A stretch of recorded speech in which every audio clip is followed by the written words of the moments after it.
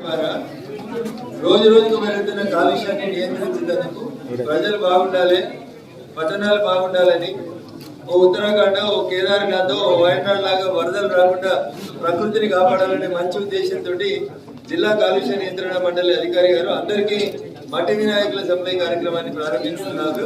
దాన్ని జిల్లా కలెక్టర్ గారు స్టార్ట్ చేస్తారు. మా మీడియా మిత్రులు అందరూ కూడా మనిషికి ఒక వినాయకులు తీసుకుపోయి ఇంట్లో 9 రోజులు పూజ చేయాలి, పర్యావరణ హితమైన వార్తల్ని కొంచెం ఎంకరేజ్ చేయాలని మీడియా మిత్రులు కూడా విజ్ఞప్తి చేస్తాం.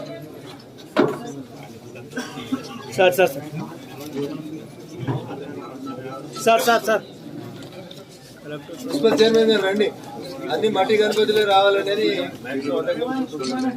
రండి రండి మేడం రండి.